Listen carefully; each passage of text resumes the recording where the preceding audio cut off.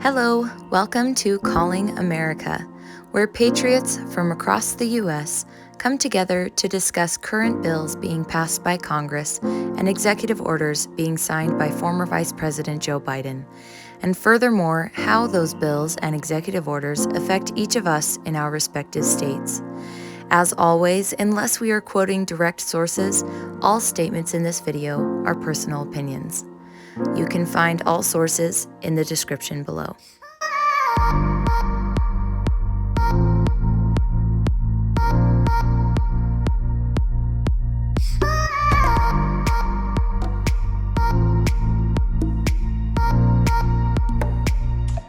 Welcome to Calling America. We are going through various issues and how they are affecting patriots in various states. And today's issue, we are going through critical race theory. So we're going to go through a little bit about each of us. I am Courtenay Turner. I am one of the co-founders of truthmatters.biz. I am also the host and founder of the Courtenay Turner podcast. I'm Ethan Hay. I am also one of the co-founders of Truth Matters. I am currently a college student at Utah Valley University studying communications with an emphasis in media and journalism studies with full intention of becoming a journalist. And I am also a United States Navy veteran. I'm Shawn Wood. I'm from Nevada, and I run a YouTube channel. My name's Mitch Peel. I'm from the great state of Georgia. I'm a DOE contractor, project management, 23 years, and I'm just here to share my opinion from Georgia. Awesome. Huzzah. So I wanted to give you a little bit of an overview of critical race theory. It is basically an iteration of critical theory, which is a Marxist doctrine that focuses on social issues and comes from the premise that, all of our problems in the social sphere stem from, governmental, societal, top-down, systemic, they call it, problems, and that, that's how we can fix them.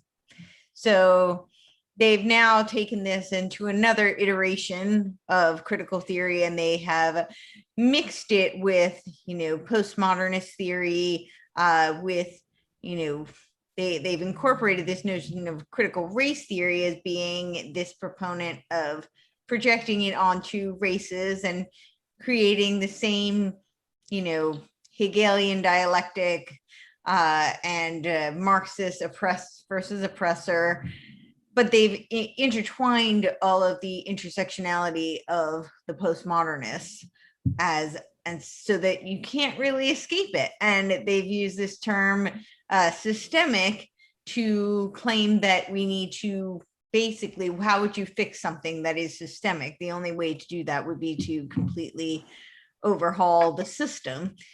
And so therein lies the problem. So I'd like to start with going through a little bit of how critical race theory is being addressed in each of the states and what are some of the ways that you've seen that.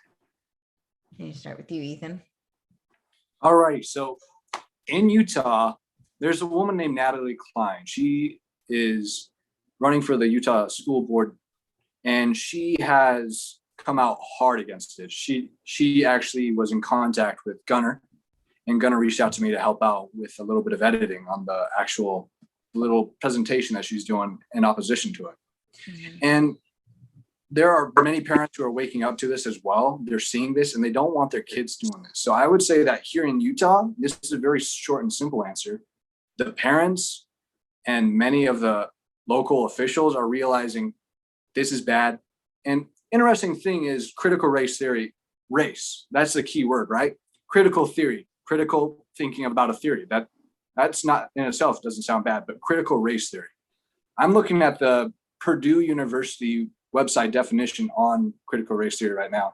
And they said critical race theory, or CRT, is a theoretical and interpretive mode that examines the appearance of race and racism across dominant cultural modes of expression.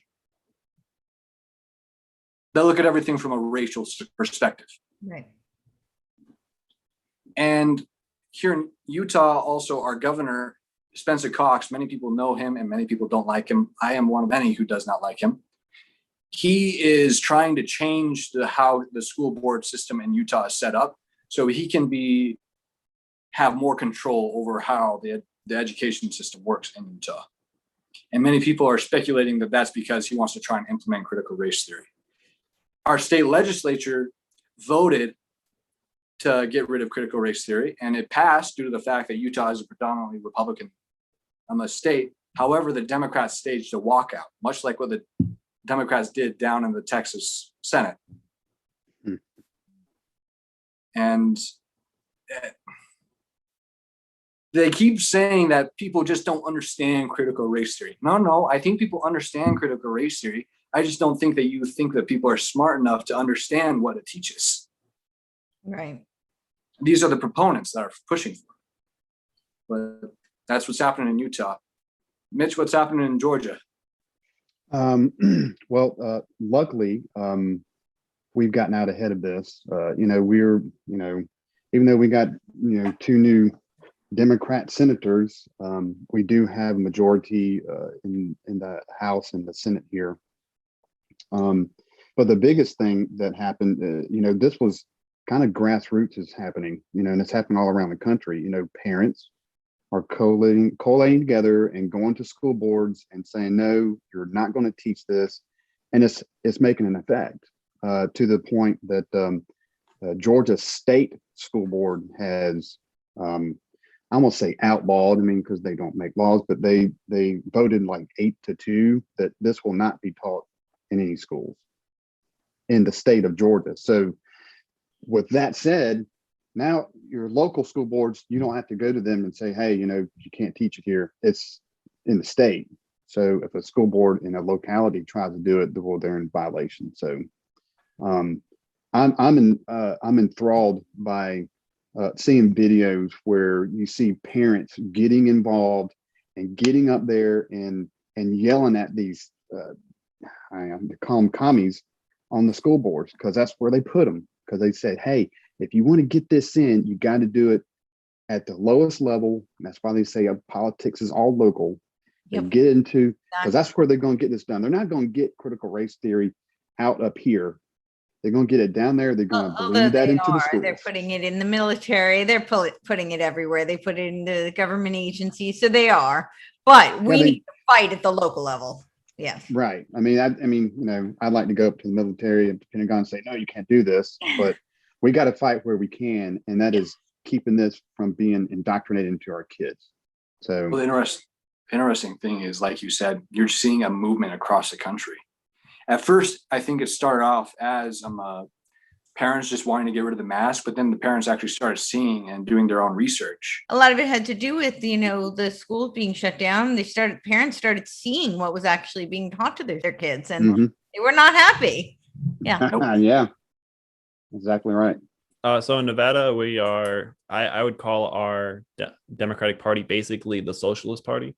It was so bad that when the new leaders of the Democratic Party were elected, that every one of the support staff quit in opposition to them because they're socialists. I heard about this.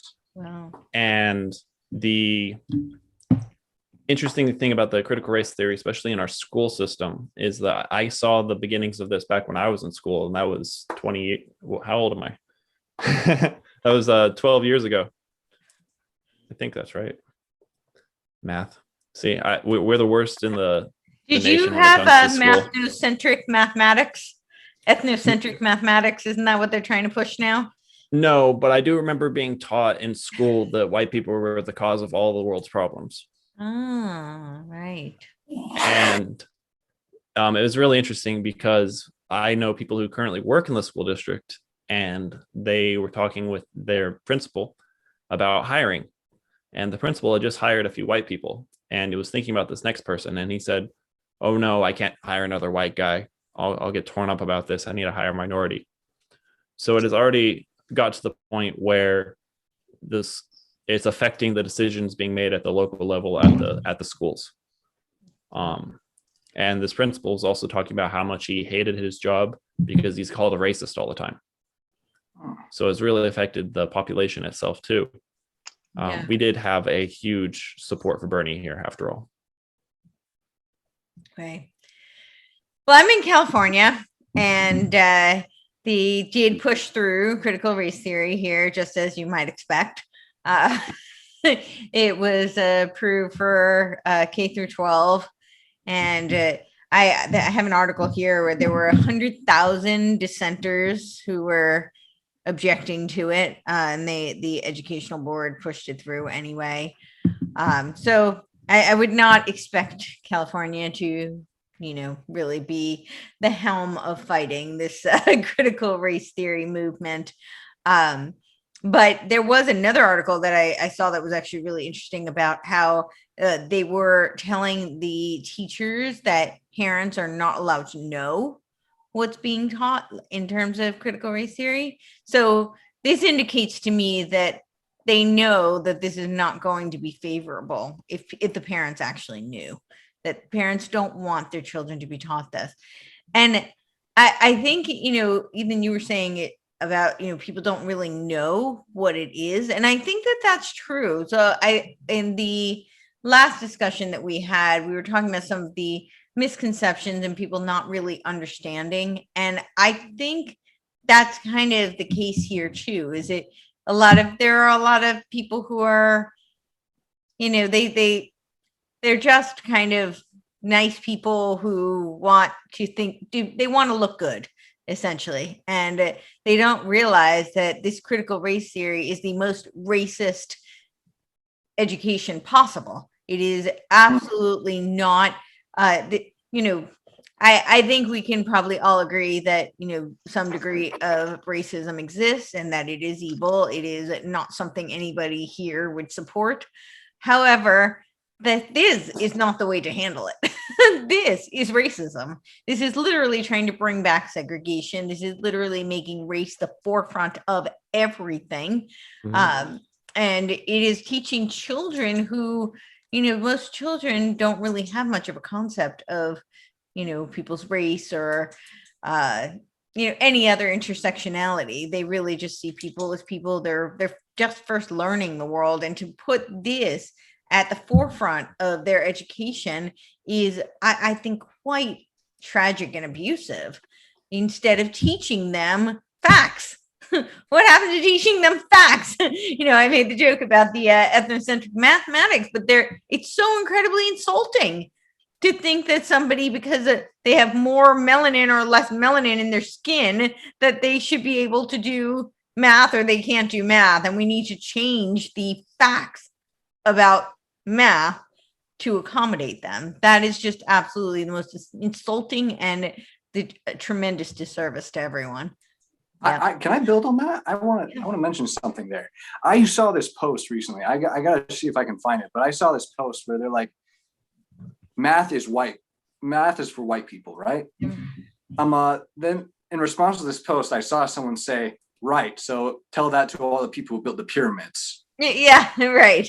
Exactly. Those people would not have been white. They would have been Arabic or Israeli or maybe or black. Yeah, absolutely. They built the freaking pyramids. Yeah. Then we got the Mayans and the Aztecs and the Incas down in South and Central America. But they'll tell you maybe geometry isn't math because they don't know math. No, but their buildings were completely square. Everything about them was so precise. Yes, that required a great deal of math. And the fact that they're saying that they're inherently being racist to themselves. Yeah. I thought that was interesting that Ethan built on your point by talking about a building. That was good. I like that. Yes. Yeah, well, let me build on that, but it won't be about a building. One of the, just what you were kind of saying, what Ethan was pointing to, CRT believes that science, reason, logic, evidence is a white way of doing things.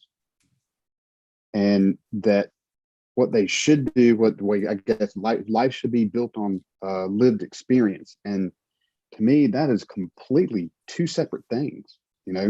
Science, logic, and reason, is I think a universal language of the universe.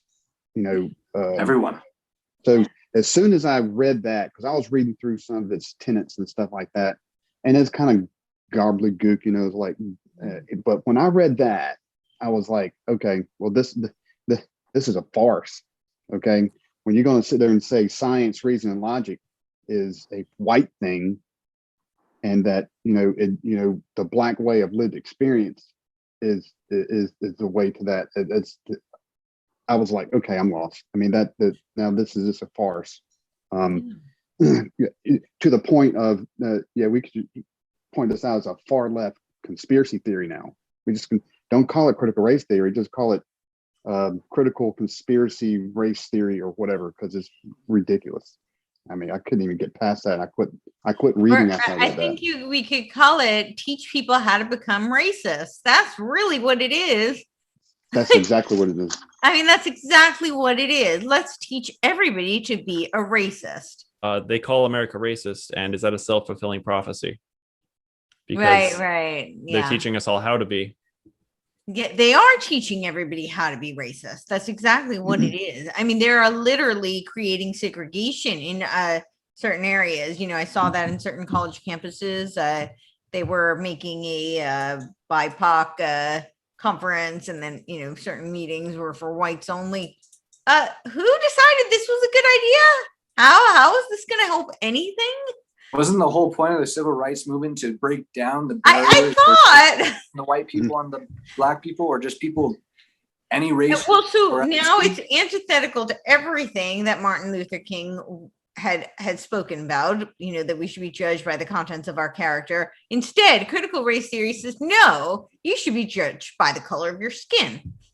And it's really funny when it comes to the segregation thing, because given the max amount of freedom and the max amount of movement in class and in area, people will segregate themselves based on their beliefs and what they want to be around people like them. Right. I'm not saying necessarily by race, but people do already self-segregate. Sure, humans are tribal by nature. Right. But that's a personal choice. This is exactly being forced upon people by tyrannical schools and tyrannical teachers, horrible teachers. And they're acting like there's been no progress for right now, because right now the big focus is the African-American community in America. They feel as though there is no progress for the Black community in America. Are you kidding me? What about the Titan Frederick Douglass? Frederick Douglass was a literal slave who became one of the most powerful orators for freedom and freedom of choice in America. What about Booker T. Washington, another guy who was a literal slave, who founded the Tuskegee Institute that is responsible for producing more Black millionaires than any other college in the world? Yeah. What about Ida B. Wells, one of the best investigative journalists in history? Yeah. Martin Luther King Jr., Thomas Sowell, Otis Boykin. Nobody talks about Otis Boykin. Otis Boykin was the guy who designed the missile defense system. Yep. Nobody talks about him. He was Black. Who cares if he was Black? What we should look at and what we should respect is the accomplishments of people who have come before us. And there are so many people of color who have come before us and have accomplished so much, but for some reason, critical race theory goes out of its way to diminish those accomplishments.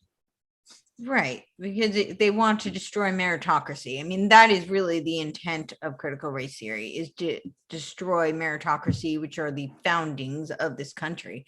Part of the reason this country is the promised land for so many people is because it signifies opportunity. The reason we have opportunity here is because we have socioeconomic mobility. And we have that because it's a meritocracy.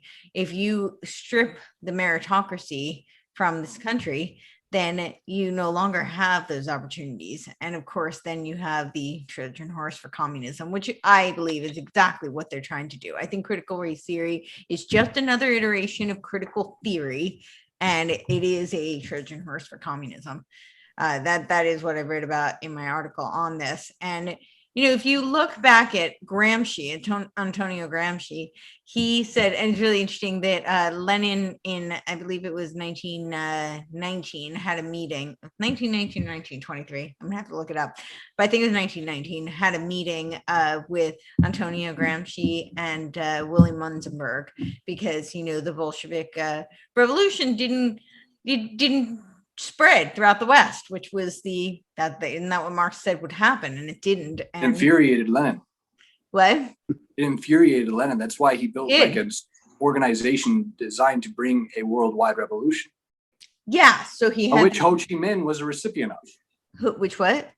Ho Chi Minh, the Vietnamese communist leader, actually attended those like classes. I forget the exact name of them, but he attended these classes that were set up by Lenin for the purpose of instigating a worldwide revolution. So before he did those classes, he had this meeting with Antonio Gramsci and William Munzenberg, and Munzenberg was pretty much like the father of PR and propaganda before Edward Bernays, who I would say is the successor of that. And Gramsci said, well, of course it didn't work, and this is why.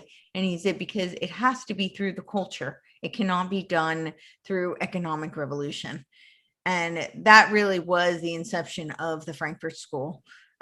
From there, they had eventually landed in Columbia University in 1923, and they founded the Institute for Social Research. And we had the germination of a lot of the social sciences that we see today. And that was their purpose, was to do this march through the institutions with critical theory, and is to fill people with shame and to create this notion that all social occurrences are just a sociological construct and they can be manipulated. And so if they're problematic, then we need to fix them through our policies. And critical race theory is it's another iteration of that, but it's been repackaged. Race, yeah. Well, it's made race the forefront of that. Except that now it's not just race. Now they've mixed it with this postmodernist notion of intersectionality. So somehow critical race theory seems to include all the trans and all these other categories, which doesn't make much sense. Well, what are your thoughts? Let's go around. I'd like to hear how is it that they even rationalize this? That's the whole basis of critical race theory. It could be about race. It cannot be about race. All it is it views society in a lens of constructed groups. Okay, race is a popular thing now. I mean, that's what's going on in the world now. Has been blown up. So you throw the race on there, so it gets traction. So it's going to throw anything. It's going to be a division of people by race. It's going to be a division of people by religion. It's going to be a division of people by their sexual preference, their pronouns, or whatever. As long as they can remove your individualism, because removing individualism is a main objective of Marxism. So I think you're right, Courtney. This isn't just about race, but that little race tag got put in there so it gets a little bit more traction. Okay. Well, I think they use race because race is immutable. I was talking about the meritocracy, and we have socioeconomic mobility in this country. We don't have a caste system. So they use race because it's a card that you can't change. You can't change the race that you were born into. And so they can use that to play that against people. Well, they're gradually building a caste system. Yeah, right, but they're using, because race is something that they can create a victimization for something you can't, or the appearance, the illusion that you are a victim based on something you can't change. They can't do that with socioeconomic status, because we know that you can be, you can come from everything and lose it all. You can start with nothing, and that's the beauty of this country, because it is a meritocracy. But now if you argue that the race is the problem and that you are a victim of your race and you cannot escape it and you are going to be oppressed because of it, then you don't have that mobility anymore, and you strip the meritocracy. And and I think psychically, it is the worst, most destructive thing you can possibly do, because instead of empowering people, to believe that they can be anything that they want to be, given their talents, their work ethic, their desires, their proclivities, their interests, now you're telling them, no, you're only a byproduct of the color of your skin. That is all, or your whatever, your race, your gender, your I don't even know all the groups anymore. Shawn, But what you're about not an you? individual is the point. I also agree that it's more critical group theory than it is critical race theory at this point. It may have started out as critical race theory.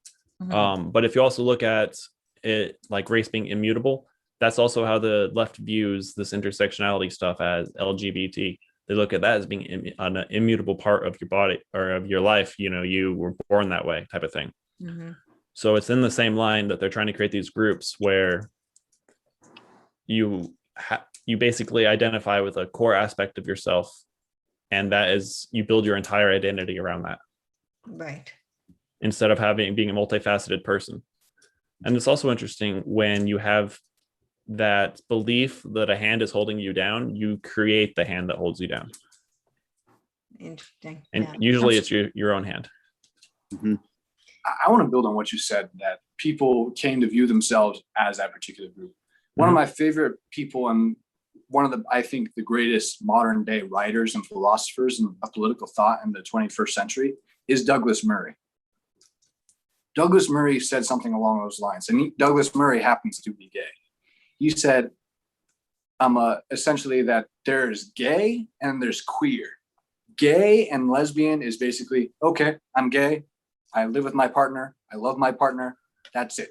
That's how they define it. Queer is the encapsulation of everything having to be conformed to your lifestyle and nothing else. And if it doesn't, then it's homophobic, it's transphobic, and that's the end of the story. It's not a good thing, and it's not fair. And because of that, he's a victim and oppressed. And Douglas Murray happens to be on the more conservative side. And he said, just because I'm gay, that doesn't mean that everyone else should change their whole lifestyle and how society runs and functions just to satisfy me. Society has existed long before I was born, and it'll exist long after I'm born, unless we manage to destroy it. And like you said, it's our own hand that is keeping us down. And the interesting thing is that I look at it from a very political viewpoint, and a lot of these people who espouse critical race theory, a lot of them don't like to go out and debate it. Yeah, I've noticed that. For instance, maybe one of the only people I've seen debate it thus far is Ibram X. Kendi. Maybe a few politicians here and there, but every time their case falls apart like that. But I saw this one debate between Mark Lamont Hill and the gubernatorial candidate for Georgia, Vernon Jones, where Mark Lamont Hill, where Vernon Jones asked him, where is this applicable in the actual workplace? Right. And he's like, how has this helped you in your career? He's like, well, I'm a professor. I got a doctorate in studying for race. And I think that this is just an absolutely wonderful thing. He's like, why? Where will it work in the workplace? He's like, well, it's a wonderful idea. He's like, I don't care if it's a wonderful idea. Where is the application of this going to be effective in the workplace? If you're constantly looking at someone because of the color of his skin or the color of her skin, or whether she identifies as trans or he identifies as trans or bisexual, quite frankly, it doesn't matter. Can he, she, they, or them do the job effectively? That should all that an employee looks for is, can you do this job? Are you qualified for this job? That's a meritocracy. Right. Yeah. Right. Individualism. Yeah, well, that too. I wanted to address what you were saying about Douglas Murray. Yeah, he talks about this point of, the hardware versus the software. And, the left seems to want to have it both ways. They want to have it be a hardware and a software issue, and you can't have both. You can really see this in the trans movement, because, they want to push this on kids and give them hormones and, That's child abuse. It is. I agree. I think it is child abuse. But you're now saying it's a sociological construct that we can. Well, you're saying both, actually. You're saying we can change them and we need to accept them for whatever they decide they want to be. But we also want to, we're going to give them all these drugs and because they just can't help it. But here's the thing is that if they were really concerned with, these people who are truly vulnerable and, who really may have like that we should have some sympathy for because it's a hardware issue, they would be talking about intersex. And nobody ever does. I have never seen a politician. I have never, even in this movement with the, the sports, nobody talks. They're talking about trans. Nobody has talked about intersex. And that's actually a valid conversation. Where do they go? Where do they compete? Because that is a medical, biological condition. It's very, very rare. But that's an honest conversation that people could be having. To be having this conversation about somebody who has an identity disorder and wants to enroll in something they're not, that to me is not, that's a political play. That's not an honest conversation. So I think I just said, you're talking about Douglas Murray and the hardware software issue, but I think that's essentially, that kind of sums up. It sums up with the critical race theory too. It's like they want to have their cake and eat it too. They want to play both sides. Yeah. Mitch, I want your opinion on this because you have 2 kids. Yeah. How has this affected their school, and how has this affected them at all in any way, shape, or form? Nope. We don't, because I keep up because I asked my oldest son just graduated, and my youngest is 13, so he'll be going into the 8th grade. Of course they had to mask up all year, so you got that level of stupidity, but had to deal with that. But I talk to him all the time about like, hey, what are you learning? What are they teaching? I did have a couple of years ago, I did have a run-in, and I'll get back to the point. It wasn't really a run-in. They were going over in class about the different types of governments. Okay. And what was funny is in the list of like 4 or 5 they were studying, constitutional republic wasn't in there. I was going like, so I was reading through and I didn't tell him. I said, so which one of these is your teacher saying is ours? And I think it was like presidential something, at least what he thought. And well, I got a little miffed, and of course my neighbor's very involved in schools, and I got on the phone and called him. I said, hey, is this true? Because if this is true, okay, I'd like to have a discussion with the principal, but I'm not going to call up and yell if it's not true, because my son could have misinterpreted. And what's funny is when I made the phone call to my neighbor actually talked to the principal for me, and he called the teacher in and talked to her and said, and it got cleared up. It come to find out, so they're not getting to constitutional republic until a little bit later. Okay. And but I did follow up on that. I asked my son, did you ever cover constitutional republic? Nope, never covered it. They were just covering others, not ours. And I was going like, well, you should cover ours first, then cover others. Okay. Yeah. But anyway, back to your in general question. I'm not seeing a lot of it. Thank God that the state school board has removed its teaching here. But I got you got to keep up with what they're teaching your kids. And luckily, in the area we're in, we're a pretty conservative area. Parents are very involved with the schools, so they're keeping an eye on it. And what's funny is almost like sometimes they get a little myth that we're a little put upon that parents are so involved in schools. When I was a kid, our parents weren't involved at all. It was like go to school, make good grades, and make your parents proud. Going to parent teacher conferences, I was not on the board for my parents, just wasn't. But they were way more involved. But we're not seeing here. And when I saw this coming up, I was like, okay, I'm staying on top of this. I made a few text to, friends that know and say, hey, is this happening or is this going on? And I was good to find out it's not. So That's good. That is good. Yeah. I think, we're seeing critical race theory be pushed through in many areas. Certainly education, I think, is the most concerning. Although, I don't know, it should not be in the military. It should not be in government agencies. So it's a hard say, but I do think that in education, it's so damaging because it teaches these kids to be shameful of their country. It teaches them literally to hate instead of cherish. And I think that it also is very disempowering. I think that's one of the biggest disappointments, because we're in a country where there's so much opportunity, and that you can literally be almost anything you want to be if you have the the work ethic and the talent and the drive, and to teach anybody anything else is just a true travesty.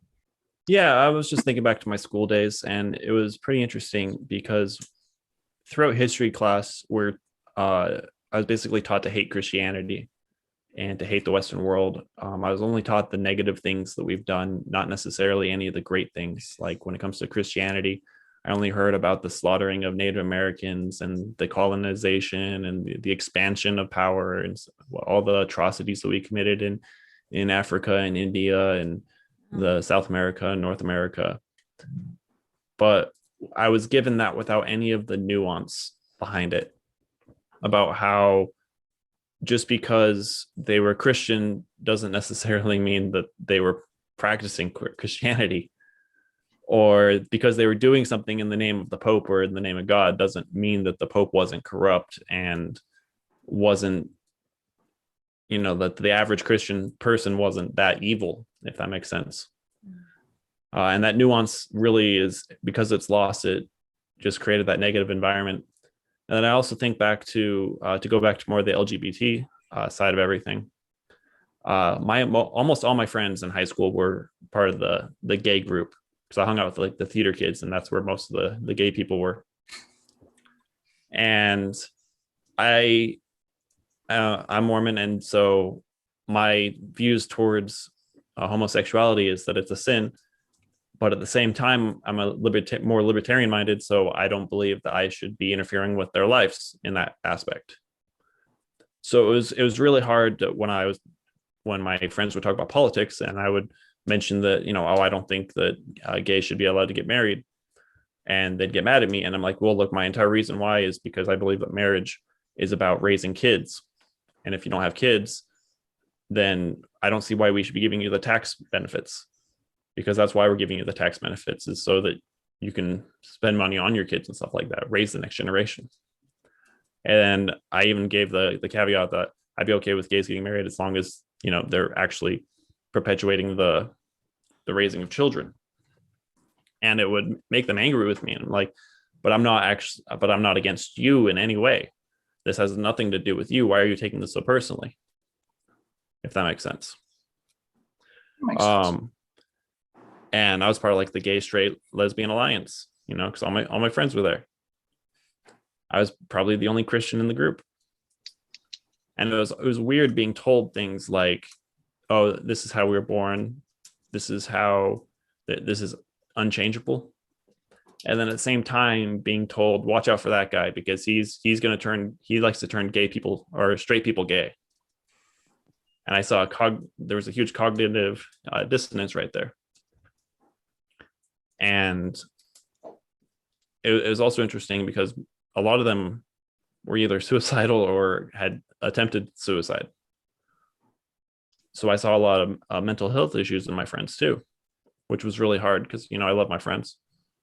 And then after high school, the more political I got and the more I was okay with saying what I believed, the more they didn't want to associate with me based on that, despite the fact we still liked hanging out. We still had all the same likes other than that. So it's just really sad that all my friends moved away from me in that aspect. And that's one of the damning things I hate about the critical race theory, is that I've lost so many people in my life because of it. It's just really hard. Yeah, one of my next questions was going to be, what are some of the pushbacks that you've seen against the critical race theory? That I've seen against critical race theory. Yeah. My problem with the pushbacks against it is that we're fighting on the same footing, that we're using their framing devices in order to argue with them and try to reason with them. And we should just reject their framing devices completely because it's a wrong worldview. Like fighting in their field, where it's like we're playing with pigs in the mud, where it's kind of like with the media and Trump. He likes to get dirty. You know, he likes that environment. So why are we fighting in that environment? Right. How about you, Mitch? You're saying in Georgia they're fighting, but yeah. Yeah, they are. And I agree with Shawn, because I don't think you need to get out there and try to argue with them about it, because they're just going to call you a racist. Right. You just need to flat out say no. And I don't need to tell you why, to be honest with you. It's a no for me. You know, if you're going to say, hey, vote, do you want it or not? I'm going to say no. And I don't have to sit there and explain myself, Right. to be frank. But if you had to, it's, you know, I'll tell them the same thing. It's racist. So I don't believe in racism. So no. Yeah. But that's what they want to do. They want to drag you into their field of battle, like Shawn was saying, and they're going to pounce on you. And, you know, basically at the end of the day, even no matter how many good arguments you come, they're going to end of the day, they lose. They're going to say, well, you're racist. Mm-hmm. And the argument, the debate's ended at that point. Right. So How about you, Ethan? Are you seeing it in school? I know you're mostly online right now, but So I have seen certain aspects of it in school and certain literature. I see a lot of teachers and students putting their pronouns on their little like bubble profile. right. Like my thought is, look, I'm a guy. If you can't deduce that I'm a guy just by looking at me, there's something wrong with you. Yeah. Or deduce that based on the sound of my voice that I'm a guy, then there's something wrong with you. I mean, I say that, but then you got the WNBA and some of the women there, they sound like men. But yeah, that's true. that being said, we are seeing a lot of pushback, and I think that's a good thing. For instance, I wrote an article on this called Populist Uprisings on our website. Yep.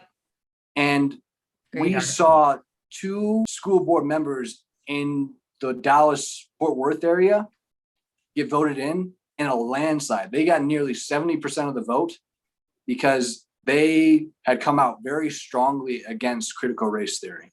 Mm-hmm.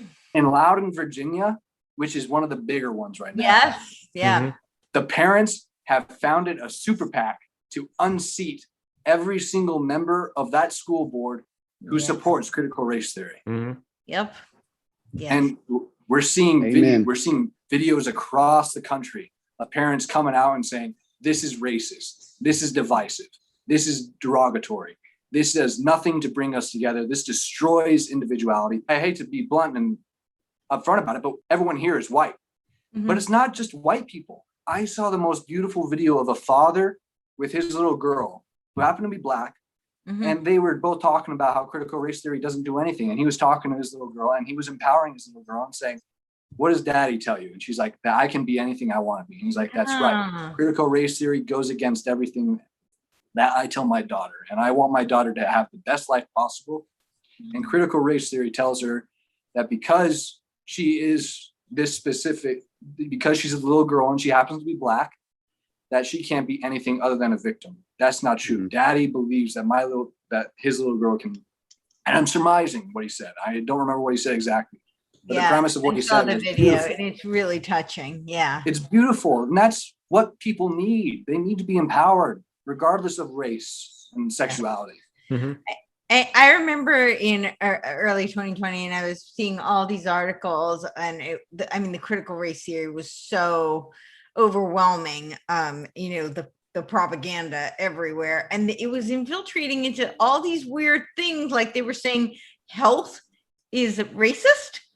I saw that. Right? Yeah, right. Like, wait, health is racist? And then like beauty is racist. Like, they were saying that like body, because they were trying to promote body positivity, because they were saying that, the promotion of a fit person, that's racist. Like, this doesn't even make sense anymore. I'm not even sure how anybody can actually say that this makes any logical sense. Right. So, and how is that not insulting? So are you saying that people, that their health and that their beauty and that their fitness is determined by how much melanin is in their skin? Like, are we really saying that? Is that where we're at? That's just astounding. It feels like that's where we're at. I actually saw this. I saw this hilarious interview. So I don't know if anyone here knows who Andrew Schultz is. Sounds Nope. familiar, but no. Okay. Well, he's a stand-up comedian. He's one of the newer, better comedians out there, and he is politically incorrect. Oh, yeah, I know He does exactly not what you're give talking a about. crap. Yep. And he was on Joe Rogan's podcast one time, and they were talking about these plus-size models. And obviously, there are some people who are obviously going to be bigger just based off of genetics or their family history. Mhm. That's okay. There's a difference between being big and being obese. Right. And he was talking about how Joe Rogan brought up these plus size models, and Andrew Schultz got so quiet, and he's like, I just want to say something. Nothing pisses me off more than seeing a plus size model. And Joe Rogan's like, why is that? And he's like, okay, so first of all, I'm a comedian. Do you guys know how much time I have to put into writing my jokes to make them funny? Do you know how much time actors have to go in to like memorize and try and perfect the body language of the person that they're playing? Even models have to diet and watch what they eat and try and stay healthy in order to promote something. But plus size models, they're just like, here I am. There's no work in it. There's no satisfaction. And I understand that people should be happy with where they are in their life, and they should try and be more positive about themselves. But allowing for the perpetuation of an unhealthy lifestyle is not going to be a good thing for them in the future. Right. And it's also interesting how the left pushes body positivity at the same time as pushing transgenderism. Yeah, right. Hypocrisy. Hypocrisy. But this is where this really, so they call it critical race theory, but it's really evident that this has nothing to do with trying to help some racism, or what they call systemic racism. First of all, if it's systemic, then whose fault would it be? Because who controls all the institutions? Look at the NFL, NBA. A majority of those teams are minority people from minority ethnicities. But they're actually meritocracy, right? So I think that we should go consult the NBA and tell them that they are discriminating against me because I am a short Jewish female, and they should pay me. I mean, clearly they are not meeting their quota, and I would really help them. You should really identify as a tall. I'm going to identify as a tall Black man. I mean, who makes $1 million a year? No, what Sure. 10 million or however many million? They make so much money in NBA and NFL. It's ridiculous. Yeah, so I make 20 million a year playing basketball because I identify as a tall Black man. So I think they should just really go along with this because my bank account could use a little boosting. So it doesn't really matter that I don't play basketball, and I really kind of suck at it actually. But these are minor details that are really not important. That's right. It's actually interesting because the NBA is under attack right now, or the NFL, because most of the owners are white. Yeah. There's not enough people of, what is it, minority people? I don't know what's the term they're using right now. I don't know. The BIPOC. It's like person of color, minority, like it's Yeah, always something BIPOC, Black, would- Indigenous, people of color, right? Right. So there's not enough of them who are the owners. So they're racist. Oh. Mhm. Michael Jordan owns an NBA team. Right. Right. I don't remember the percentage, but it's close to represented. It's like I think 10%, but Yeah. Well, it's maybe not some of it's the- not enough. Right. So Maybe I some of think the- that this is where we see that my point was that it's not about racism at all. That's actually not what their agenda is, because they've now carried it out to all of these other groups that have absolutely nothing to do with race, and they're making it about race. And now that we're seeing this trend, we talk about the education system, and that is devastating because that's what they're teaching to the kids. But we're also seeing this with all the corporations, and I think this is a really difficult thing, because now we have so much pressure, and it's kind of like what we were seeing with the protocols for the virus, right? And how all these corporations felt so much pressure to succumb. And now, of course, they don't want to lose business. They don't want to have riots out there in their business, and have destruction. And so they're promoting the wokeism and the critical race theory, or at least they're putting up the pretense that they are. And some of them really are. They're doing this in their HR. The big corporations have all these critical race theory trainings. And how productive is that? They could spend that time, on training for whatever field they're in. Why is it that they're training people on how to be racist? I don't understand how this is supposed to be good. I a racist. Robin DiAngelo is making bank off of people like that. I know. Does anyone know anyone who's gone through those classes? I do. Yeah. Do they tell you about how them and their coworkers make fun of it afterwards? Yes. Yeah. It's a joke to the people taking these classes. Of course. But that's what I'm saying. What a great. waste of time, money, energy, and you are literally brainwashing people. So fortunately, we know people who mock it and they can laugh it off. But there are lots of people who they just don't know any better, and they're like, well, I don't want to be a bad person. So, Well, it's like what Mark Robinson said. I don't know if you guys saw this amazing speech by the Lieutenant Governor of North Carolina at the North Carolina GOP State Convention. Mark Robinson was basically saying that far too many people are trying. Sorry, my phone was dying. I had to plug it in. Yes. But he basically said that far too many people are going around like, oh, I don't want any trouble. And he said, trouble is a good thing. Trouble means that you're getting something done. He said, for instance, the men and women who ran into the Twin Towers during 9/11, they went into trouble. They ran into trouble. Yeah, of course. What needs to happen is people need to start confronting the issues instead of being like, oh, well, I don't want that. I don't want any responsibility. Don't want to offend anyone. Look, in order to be able to freely speak your mind, you have to be willing to offend. Right. Is that a Jordan B. Peterson quote? That is a Jordan B. Peterson quote. Yep. Yeah, absolutely. So does anybody have any thoughts on what we can do to stop it and what will happen if we don't stop it? I think that just keep fighting back at the local level, getting rid of bad teachers, getting rid of bad school boards, getting rid of bad principals, hiring good teachers and good principals and good school boards, and voting them in is absolutely vital. You just said exactly what I was going to say, and it's down at the local level.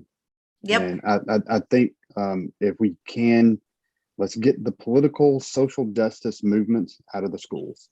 That's not where they need to be. We need to be learning math, science, arithmetic, history, and the correct history, not revisionist history from somebody else. Teach it all the bad and the good. That's what history is about. It's about to learn from history. So I think if you go there, then this kind of stuff dies on the vine, and we have been asleep for a while. That's the problem. I think with Donald Trump coming in, I think he did wake us up. There's a lot of people that didn't like him because of the way he carried himself or spoke. And I always sit there and I tell a person that says that, it's because he was telling you the truth. okay, about where we were. He woke you up and you didn't like being nudged out of that slumber. That's what you really don't like about him. Now, of I course, was that's one of my those opinion. people. I was Right. one of those people. Yeah. So if we can stay awake and not get lulled back into sleep, I think we beat this issue. Not just this specific issue for critical race theory, but I think we beat back the hands of Marxism and communism, and we beat it back hard. Yeah. Well, this is, I mean, this is the cornerstone, you know, I mean, this is how the struggle sessions in Mao and, you know, Mao struggle sessions ensued. This is, you know, exactly what they did to the, you know, in Ukraine, how 6 million Ukrainians died with the bread basket of Ukraine. So, I mean, this critical race theory is way more insidious than I think people realize. This isn't just a little HR game. You know, this is really a Trojan horse for communism, and people need to realize that. What are your thoughts, Shawn? I think this ends in one of three ways. One of the ways is that we nip it in the bud and we actually do what you guys are talking about and actually get people in there who are going to stop this from spreading. Or number two, it continues on its natural course and the silent majority actually rise up and it becomes a violent confrontation. Or three, we go full on communist and we have to have a counter revolution or some sort of civil war. Those are the three options I think we have. Interesting. Yeah. I wanted to address, I think one of the really integral components is to understand the difference. You know, we talked a lot about meritocracy, and to really understand the difference between, we have a founding principle of equal opportunity. That is very different than equity. You know, Biden said that he wants to make equity the forefront of every policy. And now this is top down. This is not, I think we do need to fight from the bottom up. That is grassroots. That is going into the school boards. That is going to local That's how politics. politics work. Yeah, all politics are local, but I'm saying in terms of solutions, we do need to be grassroots. We need to fight with our local schools. We need to fight with our local businesses, you know, fight against all these, you know, critical race theory type signs that they're putting on their doors and not support that. So we can do a lot locally. But speaking of the top down, you know, Biden did say, I think it was one of his first days, he said that equity was going to be at the forefront of every policy. And this is truly antithetical to everything this country stands for. And I think a lot of people didn't realize it because a lot of people don't really know what that means. Equity means that you're going to try and level the playing field by leveling the outcome. And it's a fallacy because you can never do that. You can never have equal outcomes. No matter how hard you try, you are not going to have equal outcomes. Somebody's always going to be shorted. But that is the intention behind equity, is to try and level the, you know, put everybody basically at the bottom, right? Instead of equal opportunity, which is where people are rewarded in a meritocracy for, you know, their talents, the fruits of their labor, their work ethic, their drive. And we are not all the same. You know, everybody has different strengths, different drive, and different ambitions. And so they will achieve different things, and that should be rewarded. So I think that's one of the cornerstones that needs to really be addressed, and it needs to be brought back to everything, the education, to the workforce, to politics. So, oh, absolutely. One last thing, building off your point. 1984. That is their goal. 1984. Yeah. Read the book. George Orwell was himself a democratic socialist, but damn, that man saw what was coming, and he was a Democrat in the truest sense of form and word. It was a blueprint.